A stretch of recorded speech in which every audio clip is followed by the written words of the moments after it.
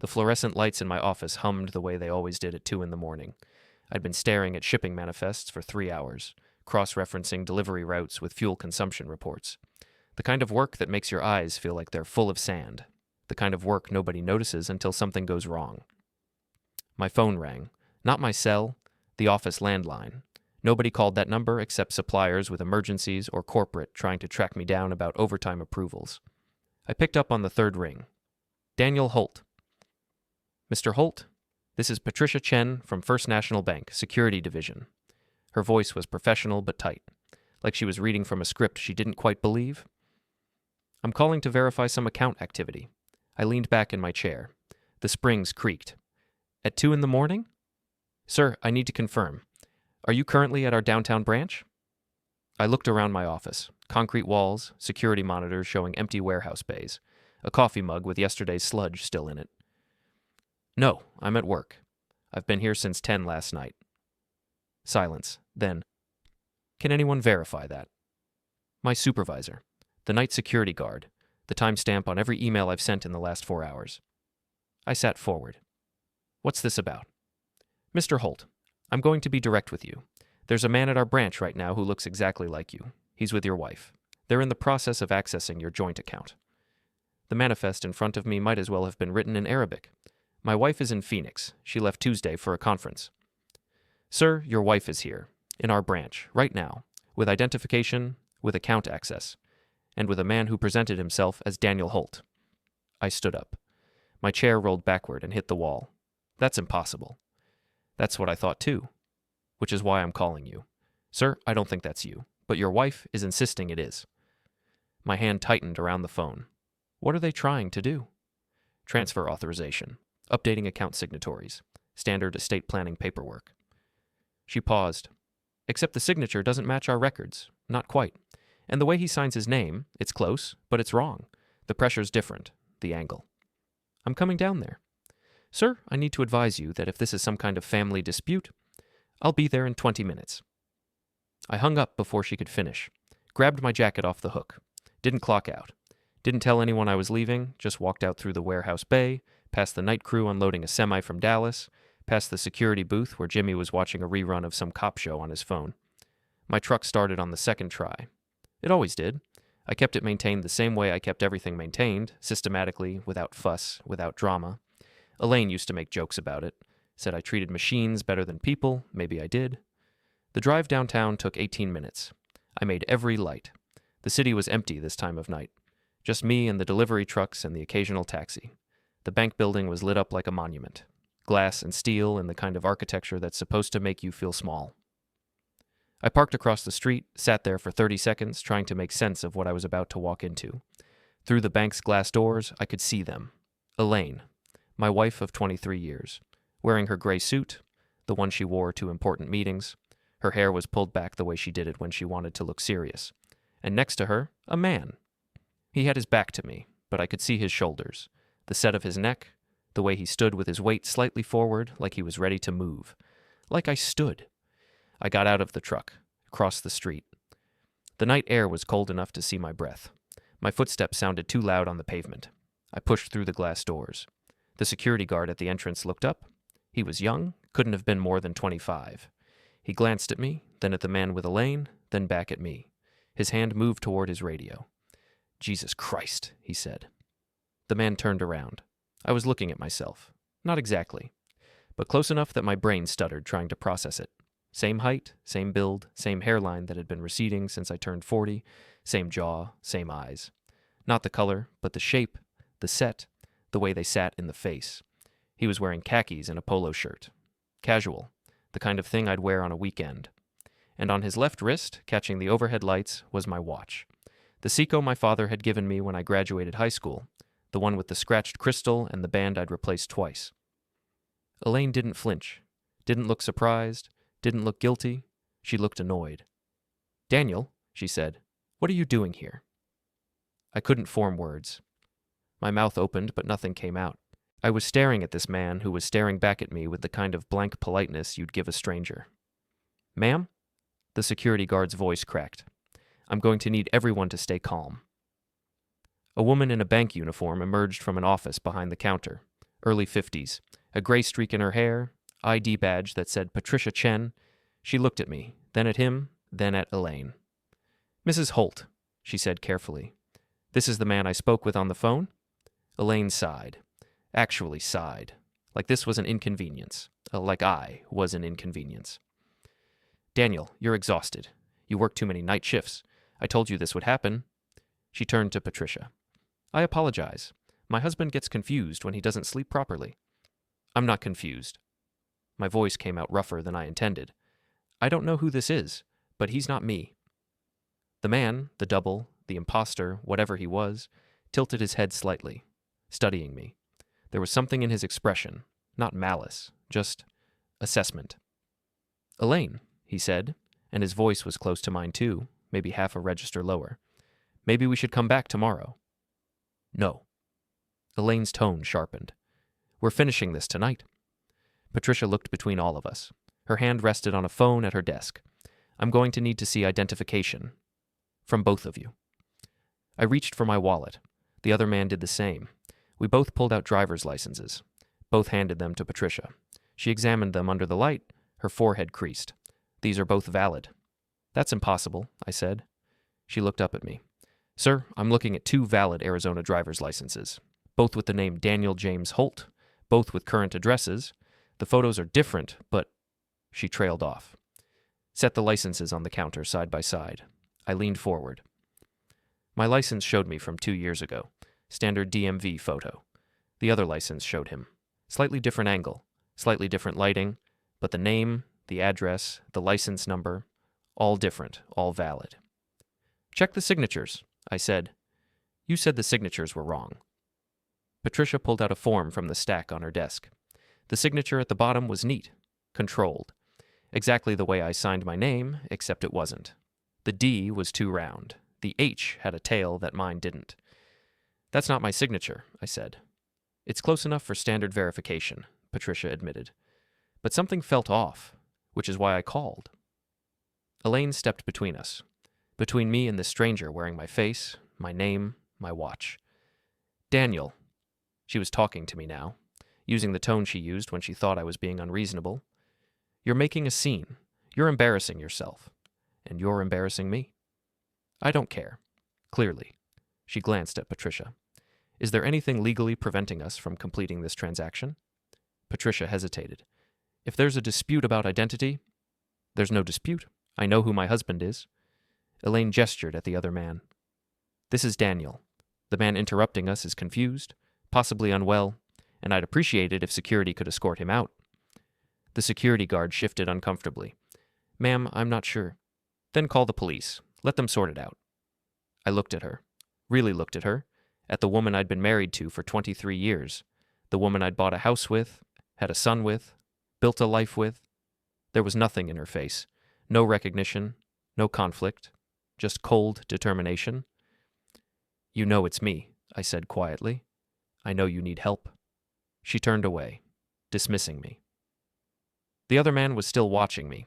He hadn't said much, hadn't argued or defended himself, just observed, like he'd been expecting this. He raised his left wrist slightly. My watch caught the light again, and he smiled. Not a cruel smile, not triumphant, just acknowledgement. I started toward him. The security guard moved between us. "Sir, I can't let you." "That's my watch." "Sir, that's my watch. My father gave it to me. That scratch on the crystal happened when I was 19. I dropped it on concrete. That's mine." The other man lowered his wrist, glanced at Elaine. She gave a tiny shake of her head.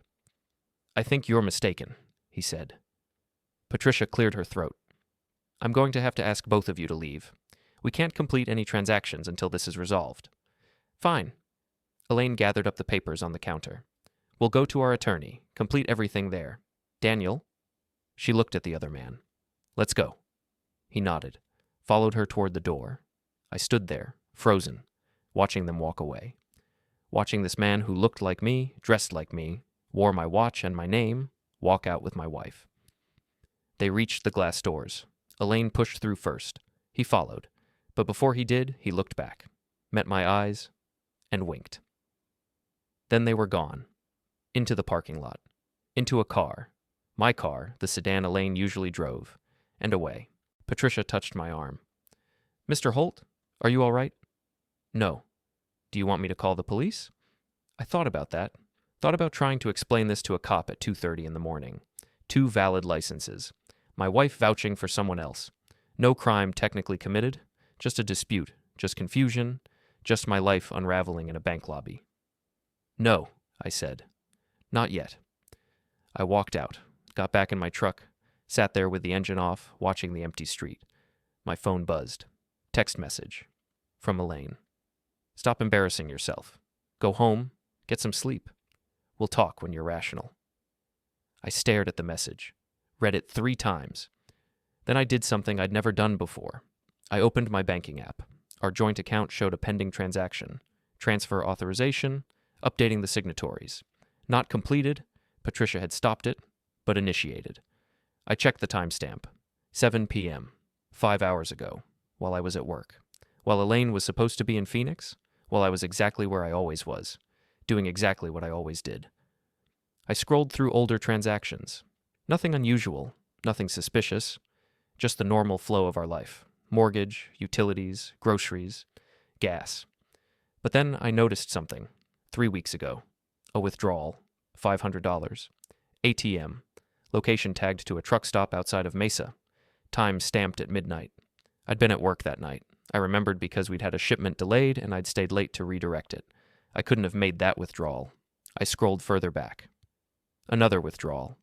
6 weeks ago. Different location. Same time of night. Same amount. And another. And another. Going back almost 4 months. Small amounts. Untraceable. Always when I was at work. Always at locations I'd never been. Someone had been practicing. Someone had been learning to be me. I started the truck. Didn't go home. Went back to the warehouse. Walked back into my office. Sat down at my desk. The manifest was still there. The coffee mug still had its sludge. Everything was exactly how I'd left it. Except nothing was the same. I opened my bottom desk drawer. Pulled out the folder I kept there. Personal documents, birth certificate, social security card, passport, marriage license, my son's birth certificate. I flipped it open. The folder was empty. Not rifled through, not disturbed, just empty, like it had always been empty. Someone had been in my office. Someone had known exactly where to look. I sat back in my chair, stared at the empty folder. Then I started laughing. Not because anything was funny, but because the alternative was screaming, and I'd never been good at that. I pulled out my phone, opened my contacts, found my son's number. Tyler, 26 years old. Married 2 years ago to a woman named Brooke who smiled like a shark and talked about networking opportunities at family dinners. I called him. It rang 4 times. Then voicemail. His voice bright and professional. Hey, you've reached Tyler Holt. Leave a message and I'll get back to you. I hung up. Called again. This time he answered. Dad, it's 3 a.m. I know. I need to ask you something. Silence. Then, can it wait? No. I heard him sigh, heard rustling, probably sitting up in bed. Brooke's voice in the background, asking what was going on. What? Tyler said. When's the last time you saw me? What? When's the last time you saw me? In person. Another pause. Longer this time. Dad, are you drunk? Answer the question. I don't know. A couple weeks ago, you came by for dinner. Why? What did we talk about? I don't remember. Normal stuff. Work. Brooke's new job. You asked about the house repairs we're planning. His voice shifted. Dad, what's this about? I closed my eyes. What was I wearing? What? What was I wearing that night? I don't know. Jeans? A shirt? Jesus, Dad, why does it matter? Did I seem different to you? Different how? At all, in any way. Tyler exhaled slowly. Look, I'm worried about you. You sound paranoid. Are you okay? Is something going on at work? Did your mother tell you she was going to Phoenix? Yeah, Tuesday, some conference. She's coming back tomorrow. He paused. Wait, why are you asking about Mom? She's not in Phoenix. What are you talking about? I just saw her. Downtown. At the bank. At 3 a.m. Dad? With a man who looks exactly like me. Silence. Dad, you need to get some sleep. You're not making sense. Tyler, I'm telling you what I saw. And I'm telling you that you're exhausted. You work too many nights. It's screwing with your head. Mom's been worried about you for months. That stopped me cold. What? She said you've been acting strange, forgetful, agitated. She thinks you're burning out. She said that? Yeah, at dinner, a couple weeks ago, when you were there. His voice softened. Dad, maybe you should see someone. Talk to a doctor. There's no shame in... I hung up, set the phone down, stared at it. My son didn't believe me. My son thought I was losing my mind, and my wife had been preparing him for this, planting seeds, building a narrative, for months. I stood up, walked out of my office, through the warehouse, past the night crew, past Jimmy in his security booth. Boss? Jimmy called. You okay? I didn't answer, just kept walking, out to my truck, back onto the empty streets. I drove home. Our house sat on a quiet street in a subdivision that had been built 15 years ago. 3 bedrooms, 2-car garage, a yard that Elaine used to care about until she decided it wasn't worth the effort. Standard middle-class life. The garage door was closed. The house was dark. I used my key to get in through the front door. The alarm didn't beep. It should have beeped. We always set it at night. I walked through the living room. Everything was in place. Elaine's magazines on the coffee table, the throw pillows she'd bought last year and insisted on arranging in a specific way. I went upstairs, down the hall, to our bedroom. The door was closed. I opened it. The room was empty. Bed made, curtains drawn, Elaine's nightstand clear of the books and hand cream she usually kept there. I checked the closet. Her clothes were there, her shoes, everything in its place. But her suitcase was missing, the one she used for trips. I went back downstairs, into the kitchen, checked the calendar on the wall by the refrigerator. Phoenix Conference was written in Elaine's handwriting. Tuesday through Thursday, with a little airplane doodle next to it. I pulled out my phone, checked her flight information from the email she'd forwarded me. Flight 447, Phoenix Sky Harbor, Tuesday departure, Thursday return. I opened a browser, looked up the flight. It existed. It had departed on time, it had landed on time, but I had no proof Elaine had been on it. I sat down at the kitchen table, the same table where we'd eaten thousands of meals, where Tyler had done his homework, where Elaine and I used to drink coffee on Sunday mornings and read the paper. The house was too quiet. I pulled up my contacts again, found the number for our lawyer, the one who'd handled the will updates when Tyler got married. I composed a text. Need to meet tomorrow, urgent, regarding account access and identity verification. I hit send. Then I sat there, in my kitchen, in my house, alone, waiting for morning, trying to figure out who was living my life and why my family was letting them. While you're here, hit the hype button, don't forget to subscribe and support this channel with a like. And tell us below, have you ever faced something like this? The lawyer's office smelled like expensive furniture polish and old books, the kind of smell that's supposed to make you trust the person taking your money. I'd been sitting in the waiting room for 20 minutes, watching a receptionist with perfect nails type on a keyboard that probably cost more than my monthly truck payment. Mr. Holt? She looked up, smiled, professional warmth that didn't reach her eyes. Mr. Garrison will see you now. I followed her down a hallway lined with diplomas and photos of handshakes, through a door into an office with a view of the downtown skyline. Roger Garrison sat behind a mahogany desk, reading something on his computer screen. Mid-60s, silver hair, suit that cost more than my watch used to. He stood when I entered, extended his hand. Daniel, good to see you. It's been, 2 years? I shook his hand, sat in the chair across from his desk. Since Tyler's wedding. Right. Beautiful ceremony. How's your son doing? I don't know anymore. That stopped him. He settled back into his chair, folded his hands on the desk. Lawyer face on, neutral, assessing. Your message said it was urgent. Something about account access? I told him everything. The bank call, the double, Elaine's reaction, Tyler's disbelief, the empty document folder, the ATM withdrawals I couldn't have made. He listened without interrupting. Didn't take notes. Just listened with the kind of focus that probably cost $300 an hour. When I finished, he was quiet for a moment. Daniel, I'm going to ask you something, and I need you to be honest with me. All right. Have you been experiencing any memory issues? Confusion? Gaps in time? No. Any unusual stress at work? Financial pressures? Health problems? No. He leaned forward. Because what you're describing sounds like identity theft, but with a personal element that's unusual. The fact that your wife is involved suggests either she's being coerced or... He trailed off. Or she's in on it. I didn't say that. You didn't have to. I looked at him. Can you help me or not? He stood up, walked to the window, looked out at the city below. I can help you protect your assets, freeze accounts, file injunctions. But if your wife is contesting your identity, if she's claiming this other man is you, things get complicated.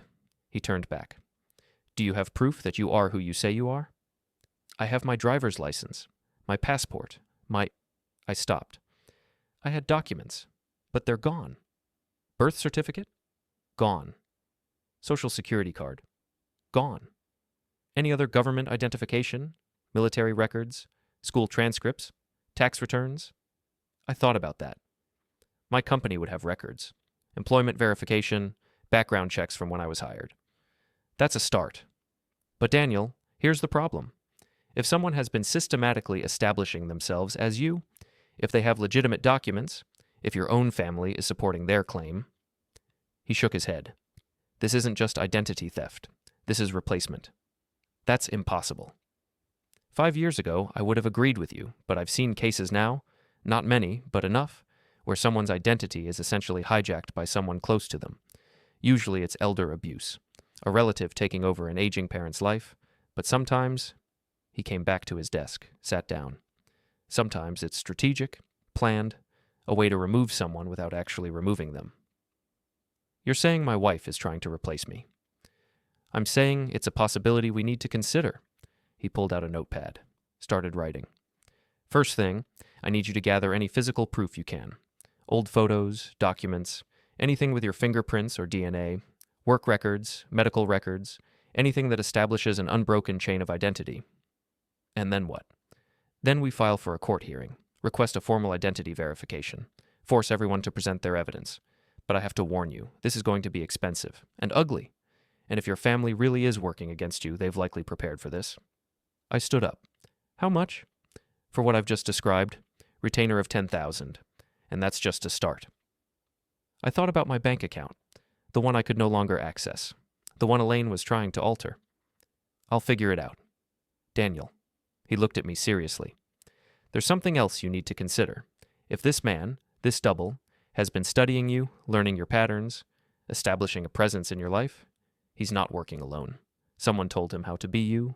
Someone gave him access. Someone has been planning this. Elaine. Possibly. Probably. But the question is why?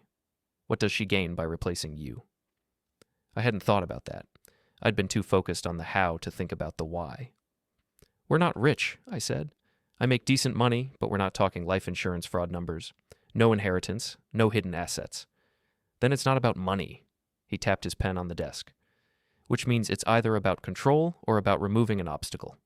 An obstacle to what? That's what we need to find out. He stood, handed me his card. Start gathering evidence. Document everything. And Daniel, be careful.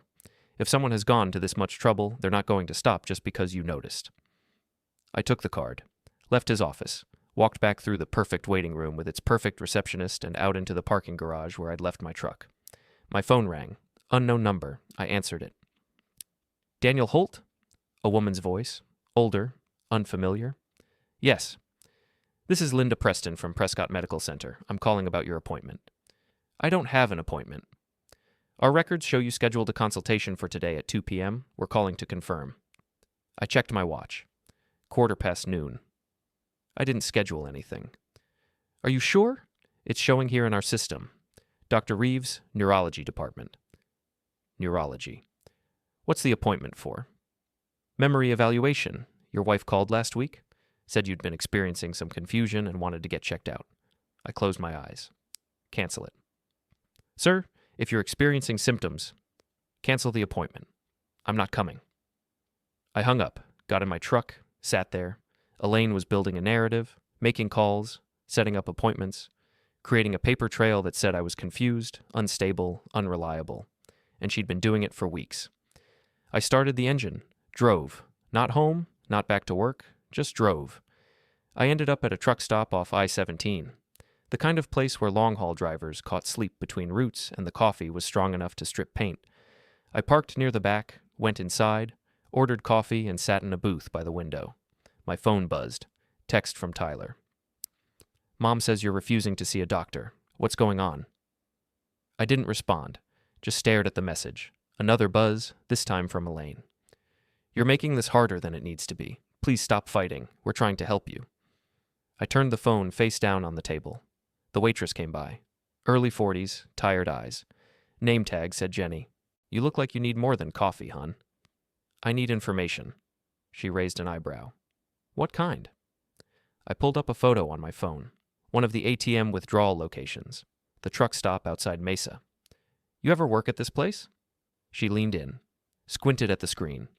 Yeah, used to, before I transferred here. Why? You remember seeing this guy? I showed her my driver's license photo. She looked at it, then at me, then back at the photo. You're asking if I've seen you? I'm asking if you've seen someone who looks like me, using my name, maybe using an ATM, late at night, about 4 months ago. She straightened up. Mister, I see 100 faces a night. Nobody stands out unless they're causing trouble or leaving good tips. Try, please. She studied the photo again. Something shifted in her expression. There was a guy. Looked kind of like you. Came in a few times. Always late. Always alone. Always paid cash. She paused. Tipped decent. When was the last time? A couple weeks ago. Maybe 3? He stopped coming. You remember anything else about him? He asked about work. Said he was in logistics. Drove routes sometimes. She shrugged. That's all? Why? He owe you money? Something like that. She walked away. I sat there, drinking coffee that tasted like burnt rubber, thinking. This man, this double, had been researching me, learning my patterns, my work, my routines, establishing himself in places I might go, creating a shadow presence, for months. And Elaine had known, had to have known. You don't accidentally let a stranger study your husband without noticing. My phone rang again. Not a number I recognized. I answered. Mr. Holt? A man's voice. Young, nervous. This is Brad Keller from Patriot Insurance. I'm calling about your life insurance policy. I didn't have life insurance. We talked about it years ago. Decided it wasn't worth the premium. What policy? Your term life policy. $250,000. You signed up 6 weeks ago. Your wife was listed as primary beneficiary. My coffee cup stopped halfway to my mouth. I didn't sign up for anything. Sir, I have the application right here. Signed and dated. Medical evaluation completed. Everything's active. Send me a copy. Of course. What email should I use? I gave him my personal email, the one Elaine didn't have access to, hung up, pulled up my banking app, started going through old statements more carefully. Looking for charges I didn't recognize.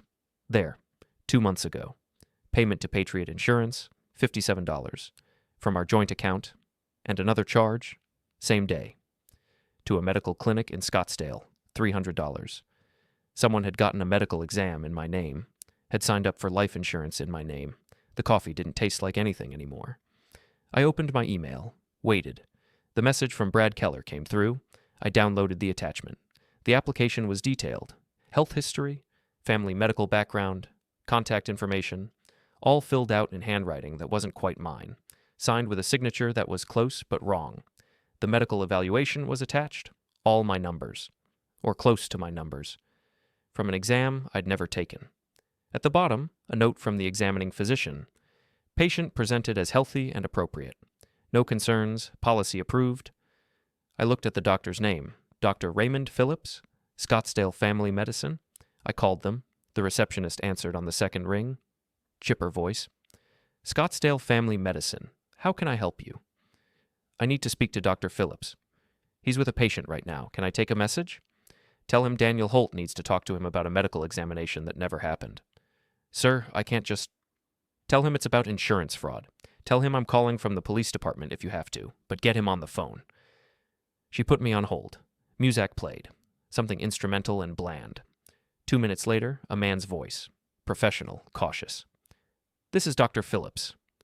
Did you perform a medical examination on Daniel Holt 6 weeks ago? Pause. Who am I speaking with? Daniel Holt. Sir, I can't discuss patient information without proper verification. I'm not your patient. That's the point. Someone came to your office pretending to be me. That's a serious accusation. It's a serious crime. I kept my voice level. I have the evaluation report. I have the date and time. I have your signature. What I don't have is any memory of being there, because I wasn't. Another pause. Longer. Mr. Holt, If what you're saying is true, you need to file a police report. I'm going to. But first I need to know. What did this man look like? I can't. Dr. Phillips, someone is using my identity to commit fraud. They used your office to do it. You want to be part of this investigation or not? I heard him exhale. He looked like any middle-aged man.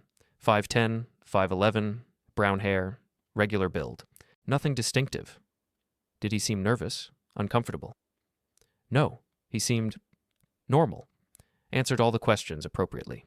Knew his medical history. Didn't raise any flags. Another pause. But now that you mention it, he was very familiar with the insurance requirements, knew exactly what documentation he needed, like he'd done it before. You get his ID? Of course. Driver's license, social security card, insurance card. All matched, all legitimate. Send me copies. I can't do that without... Yes, you can, because when the police get involved, you're going to anyway, so save us both some time. He was quiet for a long moment. Then, I'll need your email. I gave it to him. Hung up. The waitress came back. Refilled my coffee without asking. You look like you're having a bad day, hun. That's an understatement. Want some advice? Sure. Whatever you're digging into, be careful. Some holes go deeper than you think. She walked away before I could respond. My email pinged. Dr. Phillips had sent the files. I opened them. Driver's license photo. Same face I'd seen at the bank, same expression, same everything. But the license number was different from mine. Social security card, different number, insurance card, different policy.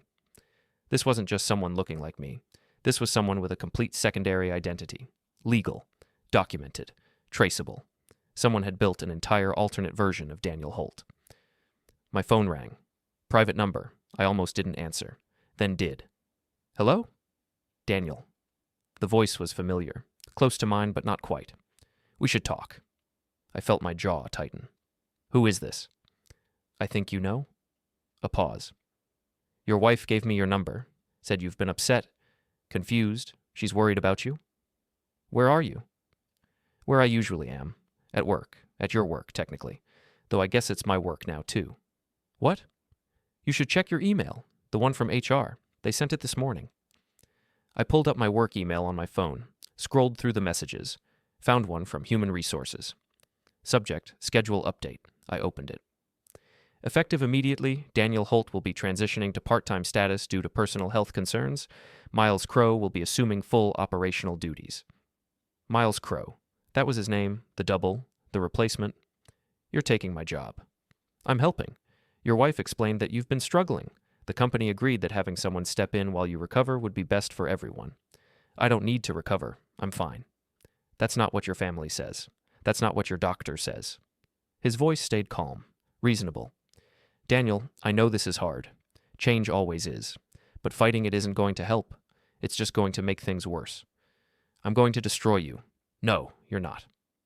Still calm, still reasonable. Because if you try, you're just going to look more unstable, more paranoid. And that's going to make it easier for everyone to do what they are already doing. Which is? Taking care of you, making sure you don't hurt yourself, making sure you get the help you need.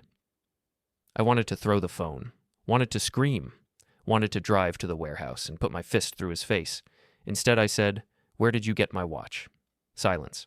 Then, "Your wife gave it to me, said it would help me understand you better, understand how you think, how you move, how you are." He paused. "It's a nice watch. Your father had good taste." You don't know anything about my father. I know he never took a day off, never complained, never asked for help. Another pause. Sound familiar? I hung up, turned off the phone, set it on the table. My hands were shaking. Not from fear, from rage. From the realization that this wasn't random. This wasn't opportunistic. This was calculated, precise, personal. Elaine hadn't just found someone who looked like me. She'd found someone who could study me, learn me, become me. And she'd given him everything he needed to do it. I paid for the coffee, left a 20 on the table, walked out to my truck. The sun was setting. The sky was orange and purple and beautiful in the way that desert skies get when the heat finally breaks. I sat in the driver's seat, started the engine, looked at my reflection in the rearview mirror. Same face I'd always had, same eyes, same scars from the stupid things I'd done when I was younger, same everything. But for the first time in my life, I wasn't sure I recognized myself. I drove to Tyler's house.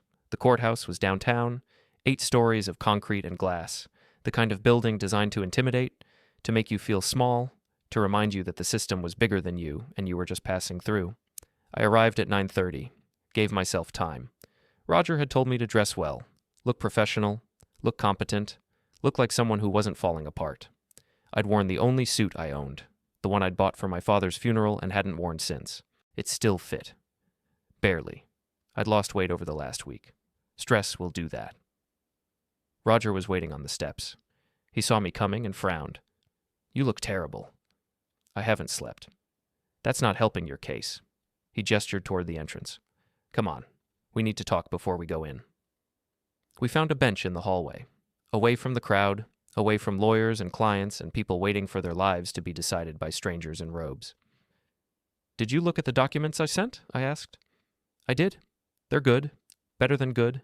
They show planning, conspiracy, fraud, everything we need to stop the conservatorship and possibly press charges." He paused. "But there is a problem." "Of course there is." "Elaine's lawyer is claiming the documents are fabricated, that you created them to make her look bad, that you're so desperate to avoid treatment that you're willing to forge evidence." "That's insane." "Maybe, but it's effective, because we can't prove you didn't create them, not without forensic analysis. And that takes time we don't have." He looked at me seriously. "Daniel, the judge is going to see a man who looks exhausted, paranoid, possibly unstable, who's making serious accusations against his wife based on documents he conveniently found in a storage unit. It's not a strong position." "So what do I do?" "You stay calm. You answer questions clearly.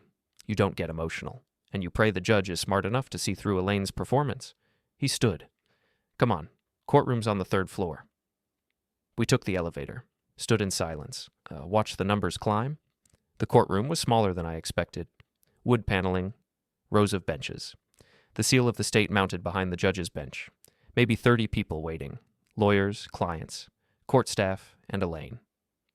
She sat in the front row, looking perfect. Gray suit, hair styled. Calm expression. Next to her was her lawyer. Young woman, expensive suit. The kind of lawyer who wins. Tyler was there too, in the 2nd row, looking uncomfortable, looking anywhere but at me. No Brooke, no Miles. Roger and I sat across the aisle from them. I could feel Elaine's eyes on me, but I didn't look over, just stared straight ahead, waiting. The bailiff called the room to order. Everyone stood. Judge Patricia Morrison entered. Late 50s, gray hair pulled back, sharp eyes that missed nothing. She sat. We sat. The bailiff read the case. "In the matter of Elaine Holt petitioning for emergency conservatorship of Daniel James Holt." The judge looked over her glasses. "Counselors, we're here on an emergency petition. Mrs. Holt, your attorney, may proceed." Elaine's lawyer stood, smooth, professional, practiced. "Your Honor, my client is seeking emergency conservatorship of her husband Daniel Holt on the grounds that he has become mentally incompetent and poses a danger to himself and others.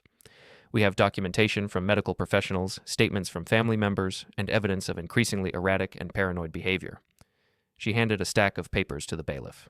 The judge took them, skimmed through. "This appointment at Prescott Medical," the judge said. "Was it kept?" "No, Your Honor. Mr. Holt refused to attend. Despite repeated attempts by his wife to get him help, he has rejected all intervention." "Has he been diagnosed with any condition?" "Not formally. But his behavior is consistent with early-onset dementia or acute psychosis. He's accused his wife of conspiracy, claimed that a stranger is impersonating him, harassed medical professionals, created fraudulent documents to support his delusions." Roger stood. "Your Honor, if I may?" "You'll have your turn, Mr. Garrison." The judge looked at Elaine's lawyer. "Continue?" "Your Honor, Mrs. Holt is not seeking to harm her husband. She loves him. She wants him to receive the care he needs, but he's resistant, aggressive, and getting worse. This emergency conservatorship would allow her to make medical and financial decisions on his behalf until he's stable." "And if he's never stable?" "Then the conservatorship would become permanent. But we're hopeful that with proper treatment, Mr. Holt can recover and resume his normal life." The judge set down the papers. "I've reviewed your petition. It's thorough, but it's also serious. You're asking me to remove a man's legal rights based on behavior that could be interpreted multiple ways." She looked at Elaine. "Mrs. Holt, why don't you tell me in your own words what's been happening?" Elaine stood.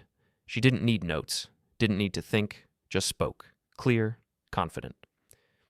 Your Honor, my husband has been struggling for years. He works nights, isolates himself, refuses to engage with family or friends. I've tried to help, encouraged him to see doctors, to take time off, to rest. But he won't. He pushes everyone away. She paused. 3 weeks ago, things got worse. He started accusing me of things that don't make sense.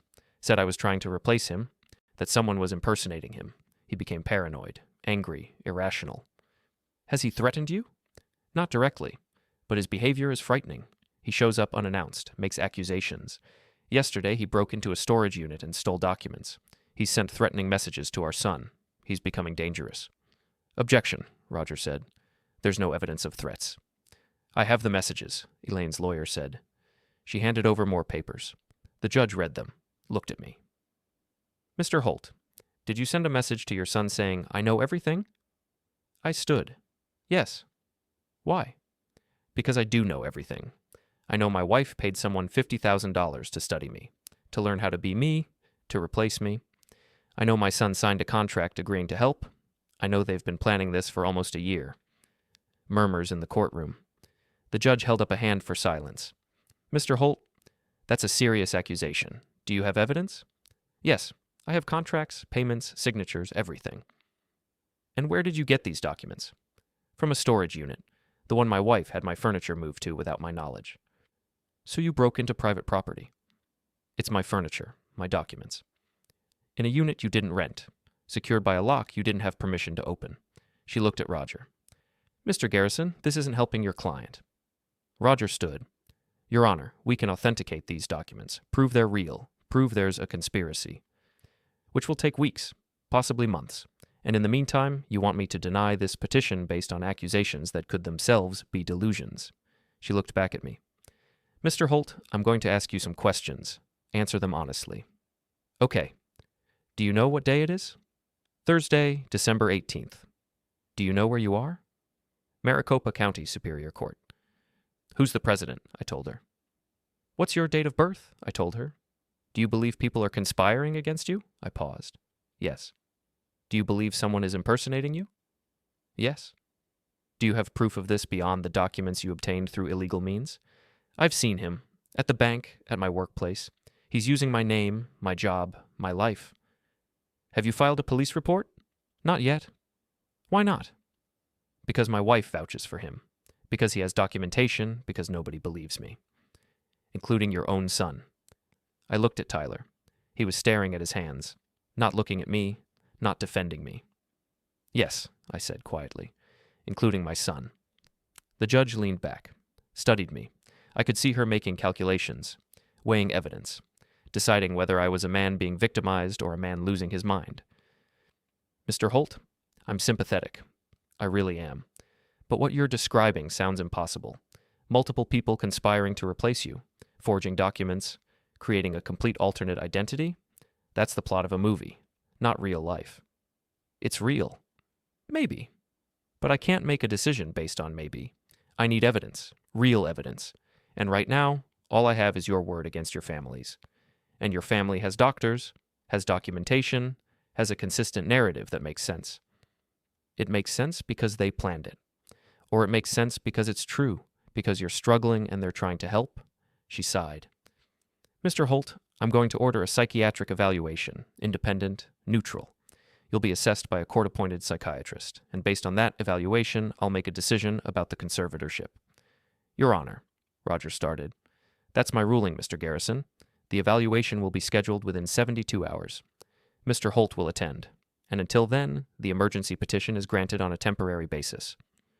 My chest tightened. What does that mean? It means that for the next 72 hours, your wife has legal authority over your medical and financial decisions. She cannot sell your property or make permanent changes, but she can ensure you receive appropriate care. She's going to lock me up. She's going to make sure you're safe, and if you truly believe you're being victimized, then cooperating with the evaluation is your best chance to prove it. She looked at Elaine. Mrs. Holt, you understand the limitations of this temporary order? Yes, Your Honor. Good. Court is adjourned. Evaluation to be scheduled by Monday. The gavel came down. I stood there, frozen, watching the judge leave, watching Elaine smile, watching Tyler finally look at me with something that might have been guilt or might have been relief. Roger touched my arm. Daniel, it's not over. We can still... They won. It's temporary. 3 days. Then we regroup. Fight harder. With what? Everything I have, they've taken. Everything I am, they've questioned. And now I have 72 hours before they decide I'm incompetent and put me away somewhere I can't fight back. So don't give them 72 hours. Give them a reason to drop this now. Find real evidence. Find witnesses. Find something undeniable. Like what? Like Miles Crow admitting what he did. Like bank records showing payments. Like Tyler changing his mind and telling the truth. He lowered his voice. Like proving you're not crazy. I looked at him. How do I prove I'm not crazy when everyone I know says I am? By being smarter than they think you are. By not giving up.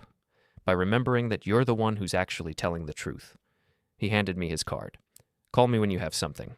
I'll be ready. He left. Walked out of the courtroom with his briefcase and his suit, and his faith that the system would eventually work. I wasn't so sure. Elaine approached, slowly, carefully, like I was an animal that might bite. Daniel, she said, this doesn't have to be terrible. Let me help you. Let me make this easy. By locking me away? By getting you the help you need. You're sick. You might not see it, but everyone else does, and I can't stand by and watch you destroy yourself. You're destroying me. No, I'm saving you from yourself, from your paranoia, from your inability to accept that you need help. She reached out, touched my arm. I pulled away. Please, don't make this harder than it has to be. Where's Miles? That's not important. He's wearing my face, using my name, living my life. I'd say that's important. He's helping, filling in while you recover, that's all. That's all?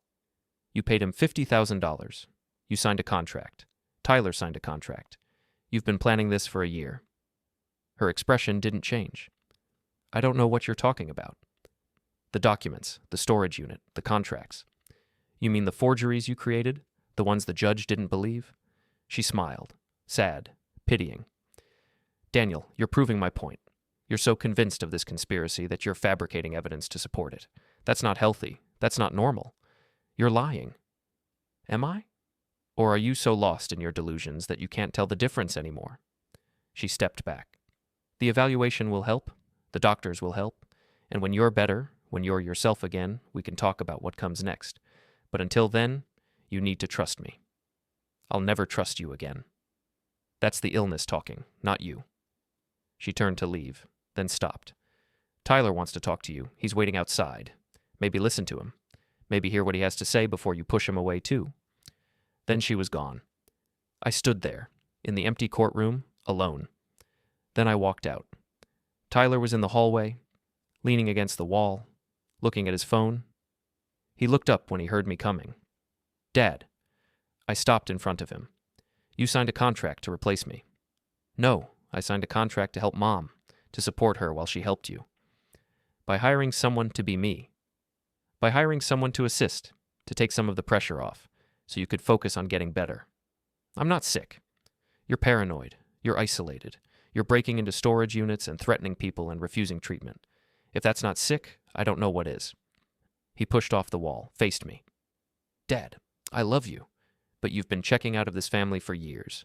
Working nights, never being around, never talking, never engaging, and Mom's been dealing with it alone, trying to keep everything together while you just disappeared. So you decided to actually make me disappear?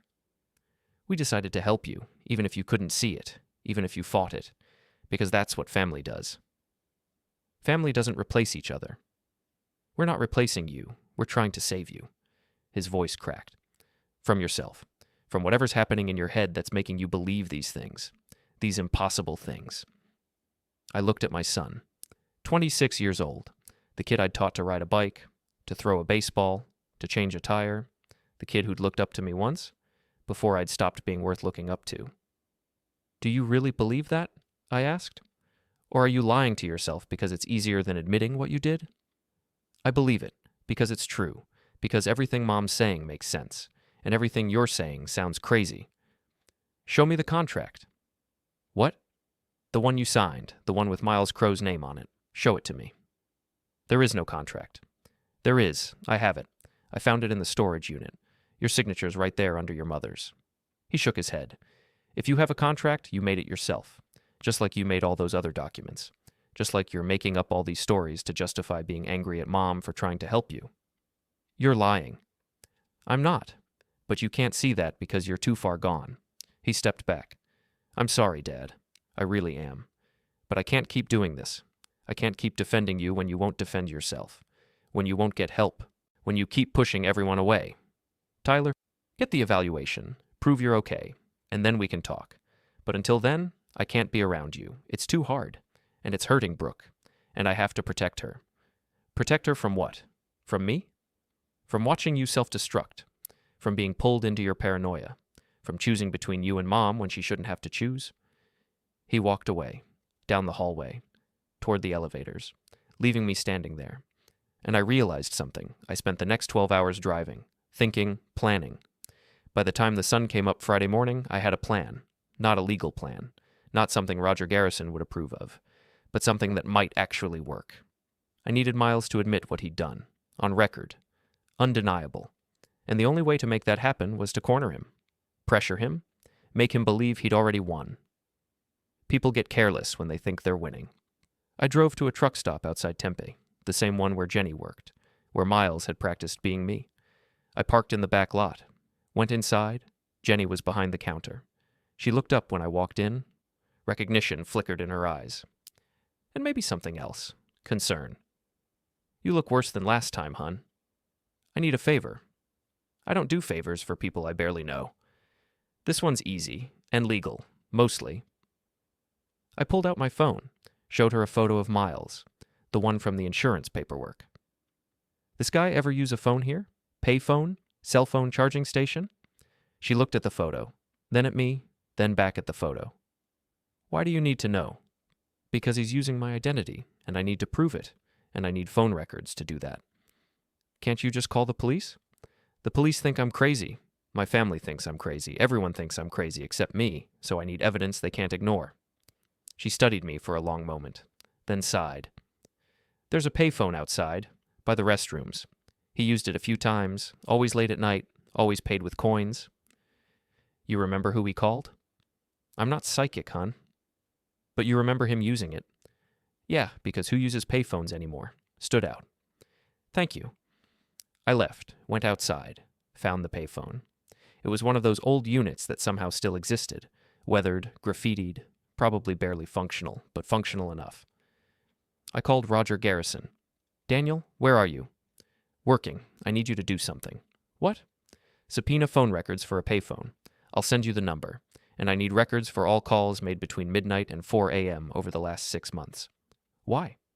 Because Miles used this phone to coordinate, probably called Elaine, maybe Tyler. If I'm right, the records will show a pattern. Conversations timed with the withdrawals, with the planning. Daniel, getting phone records takes time. Warrants, legal justification. Then find a way. Because in 3 days, I'm getting evaluated by a psychiatrist who's going to decide whether I'm crazy, and I need something real before then. I'll try, but I'm not making promises. That's all I'm asking. I hung up, got back in my truck, drove to the warehouse. It was morning shift now, different people, day crew. They didn't know me as well, just the night manager who sometimes came in during crossover. I parked, went inside, found Rick Paulson in his office. He looked up when I entered, didn't look happy to see me. Holt, thought you were on leave. I need to talk to Miles Crow. He's not here, doesn't come in until tonight. Where does he live? I don't have that information. Yes, you do. It's in his personnel file, which you have access to. Even if I did, I can't give it to you. Privacy policies. I stepped closer. Rick, I helped design the safety protocols in this building. I know every camera blind spot, every security gap, every way to move through here without being seen. You really want me coming back here unauthorized because you wouldn't give me an address? He stared at me. You're threatening me? I'm telling you I'm desperate, and desperate people do desperate things. So either give me the address, or I'll find it myself. Your choice. He pulled up something on his computer, wrote on a notepad, tore off the sheet, handed it to me. You didn't get this from me. I was never here. I left. Looked at the address. An apartment complex in Mesa. Cheap. Generic. The kind of place someone lived when they were transitioning. Between identities. I drove there, parked across the street, watched the building, Unit 214, second floor, balcony facing the parking lot. I waited, watched, thought about what I was going to do when Miles came home. My phone buzzed, text from Roger. Got a judge to approve phone records request. Should have them by Monday morning. Hang tight. Monday morning, after my evaluation. After the temporary conservatorship either became permanent or got overturned. Too late to help. I needed something now. I got out of the truck, walked across the street. Up the stairs. Stood outside Unit 214. Knocked. No answer. Knocked again. Nothing. I tried the handle. Locked. Obviously. I looked around. No cameras on this floor. No neighbors visible. Middle of the day. Everyone at work. I pulled out my wallet. Found an old gift card. Thin plastic. Flexible.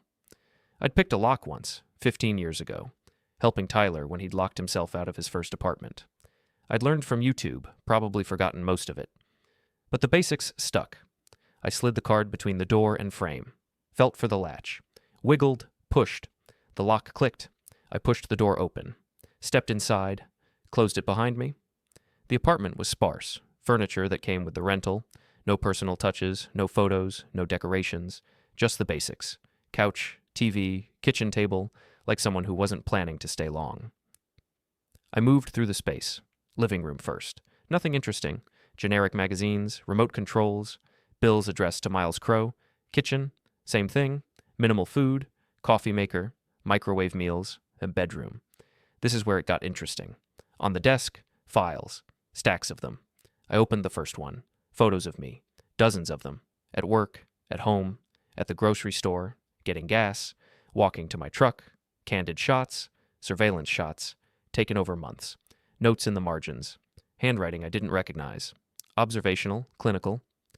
Subject walks with slight limp. Right knee, old injury. Subject prefers parking in back rows, away from other vehicles. Subject makes eye contact rarely. Looks down when passing strangers.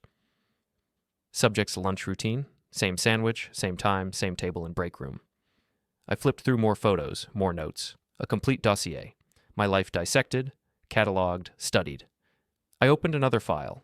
Contract.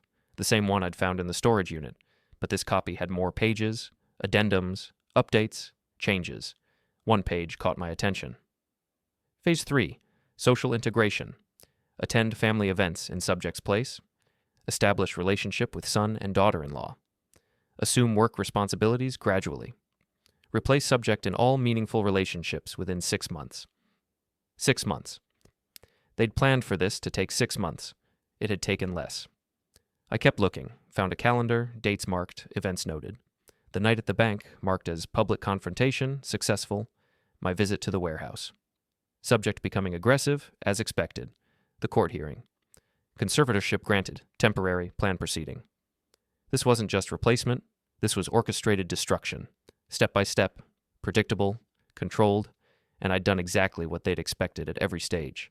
I pulled out my phone, started taking photos, every page, every note, every piece of evidence. Then I heard a key in the lock. I froze, looked around, no other exit, one bedroom, no back door, just the balcony. The door opened. Miles walked in. He saw me immediately, stopped. For a second, we just stared at each other. Then he smiled. Breaking and entering now? That's a felony, Daniel. So is fraud. What fraud? I have a contract. Legal, signed, binding. He closed the door behind him, locked it. You, on the other hand, broke into my apartment. You're standing in my bedroom. Going through my personal property? That's illegal. This is evidence. This is my private residence. And you're trespassing. He pulled out his phone. I should call the police? Have you arrested? That would really help your case, wouldn't it? Showing up to your psychiatric evaluation from jail? Go ahead. Call them. Let them see all this. I gestured at the files. Let them see how you studied me, tracked me, replaced me. They'll see a concerned citizen trying to help someone who's clearly unstable, someone who's so paranoid he thinks he's being replaced. He set his phone down. You're making this too easy, Daniel. Every time you do something like this, breaking into storage units, breaking into apartments, you prove your wife right. You prove you're out of control. I have photos of everything. So, photos can be faked. Evidence can be manufactured. Just like you've been manufacturing evidence this whole time, the court already doesn't believe you. Why would they start now? He had a point, and he knew it. I looked at the files again, at the photos, at the proof that meant nothing if nobody believed me. Why did you do this? I asked. $50,000? That's not enough to destroy someone's life. $50,000 is just the start. I get 10% of all assets post-separation. Your house, your retirement, your life insurance. We're talking $500,000. Easy. Maybe more. You think Elaine's going to pay you? I know she is. Because if she doesn't, I tell everyone the truth. That she hired me. That this was all her idea. That she orchestrated everything. I have insurance too, Daniel. I'm not stupid. Just immoral. Immoral. He laughed. You want to talk about morality? You've been emotionally absent from your family for years. You've worked yourself into the ground for what? A paycheck? A sense of purpose? While your wife sat at home, lonely, desperate for any kind of connection? While your son grew up with a father who was physically present but mentally gone? That doesn't justify this. Maybe not, but it explains it. Elaine didn't want to replace you because she hated you. She wanted to replace you because you'd already replaced yourself with work, with routine, with emptiness. I'm just making it official. You're a con artist. I'm an opportunist. There's a difference. He picked up one of the files, flipped through it casually. You know what's sad? This wasn't even hard. You're so predictable, so routine, so completely void of spontaneity that learning to be you was easier than learning to drive. Every morning, same coffee. Every night, same route to work. Every weekend, same errands in the same order. You're not a person, Daniel. You're a program. And programs are easy to replicate. I wanted to hit him. Wanted to prove I was more than a routine. More than predictable. But he was right. I had become a program. Had let myself become one because it was easier than being human. What happens now? I asked. Now? You leave. Take your photos. Show them to your lawyer. Try to convince someone they're real. While I finish what I started. The evaluation happens, you fail, the conservatorship becomes permanent, and you disappear into whatever facility Elaine chooses. Maybe it's nice. Maybe they treat you well. Either way, you're gone. And I'm here, living your life better than you ever did. Tyler will figure it out eventually. Tyler's already figured it out. He just doesn't care.